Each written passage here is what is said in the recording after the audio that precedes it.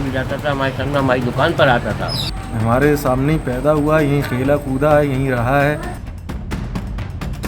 परिवार तो बढ़िया था, सब परिवार थे बढ़िया, अच्छे लोग थे। हो सकता है कहीं सोशल मीडिया द्वारा कहीं साजिश में लग गया हो, किसी ना किसी से कांटेक्ट हो गया हो, कोई किसी ने फंसा दिया हो, ऐसा कुछ हो सकता है। आखिरकार कौन है वो जो 19 वर्षीय युवक ने दिल्ली को बम से दहला देने की धमकी दे डाली। जी हाँ, आपको बता दें, एटा का रहने वाला अदनान नामक युवक जो कि 4 वर्ष पूर्व एटा से दिल्ली उसकी फैमिली शिफ्ट हो गई थी, वहीं वो रह रहा था। किसी प्रकार से उसका आतंकवादी संगठन जो जाना माना है, ISI संगठन है नाम उसका, उससे उसके संपर्क हो गए और संपर्क होने के बाद वो उसमें काम करता था। सूत्रों के हवाले से जानकारी मिली, वो काफ़ी समय से उसमें काम कर रहा था। जो कि उसका हैंडलर है, उसके द्वारा एक निर्देश दिया गया था उसको कि दिल्ली को बम से उड़ा देने की धमकी देनी है। तो उसी प्रकार से जो धमकी दी गई थी, उसी धमकी के अनुसार जो इस दिल्ली की स्पेशल सेल है, उन्होंने अपने जानकारी लगाते हुए अदनान नामक जो युवक है, वो आतंकवादी है, उसको स्पेशल सेल ने गिरफ्तार कर लिया है। अच्छा है, हमारे सामने ही पढ़ा है और हमारे सामने ही बड़ा हुआ है। स्कूल जाता था, हमारे संग में हमारी दुकान पर आता था। अच्छा, बहुत अच्छा लड़का है, बहुत ही नेचर अच्छी है। पिताजी उसके जो है सलीम भाई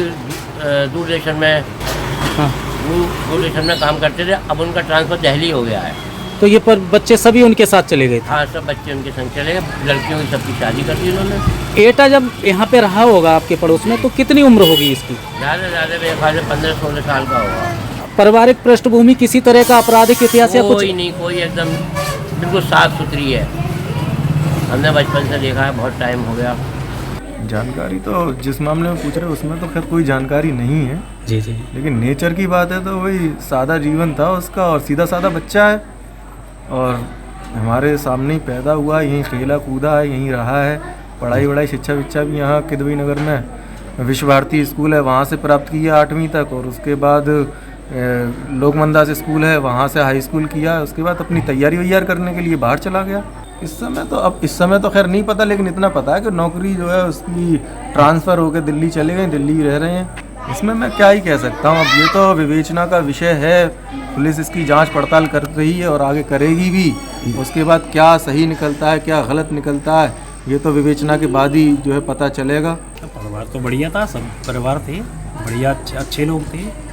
पिताजी क्या करते थे? दूरदर्शन विभाग में यहीं एटा नौकरी करते थे। उनका ट्रांसफ़र हो गया था दिल्ली 4-5 साल पहले, वो ट्रांसफ़र हो गया तो दिल्ली चले गए थे। ये साथ चला गया लड़का? हाँ, तो फिर ये उन्होंने बाद में बुला लिया था।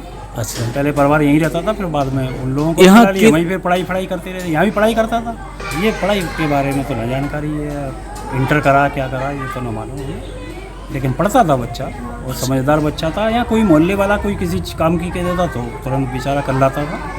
इस मसले पर तो ऐसा तो बच्चा था नहीं। परिवार बढ़िया, हमारी गली में कोई गलत इंसान नहीं है आज तक, ना शराबी ना सटोरी या कैसी टाइप का। गली बेहतरीन है हमारी। तो कहने का मतलब ये हो सकता है कहीं सोशल मीडिया द्वारा कहीं साजिश में लग गया हो, किसी ना किसी से कांटेक्ट हो गया हो, कोई किसी ने फंसा दिया हो, ऐसा कुछ हो सकता है। एक उसका सहयोगी जो साथी है, उसको भोपाल से भी उसको गिरफ्तार किया गया है।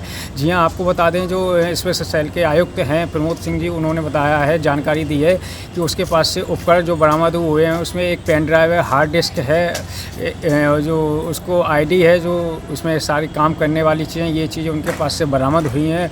और जो उसका हैंडलर है अबू इब्राहिम, उसके द्वारा जानकारी दी गई थी उसको कि इस तरीके से तुम्हें ये काम करना है, और ये सारी चीज़ें सामने निकल के आई हैं। हालांकि जो स्पेशल सेल की टीम है दिल्ली से, वो कल शाम को एटा आई थी और एटा में जो उसके पड़ोसी, घर के पड़ोसी हैं, रिश्तेदारों से पूछताछ की गई थी। हालांकि जानकारी लेते हुए वो लोग वापस चले गए। एटा से IBC 24 के लिए आशु शर्मा।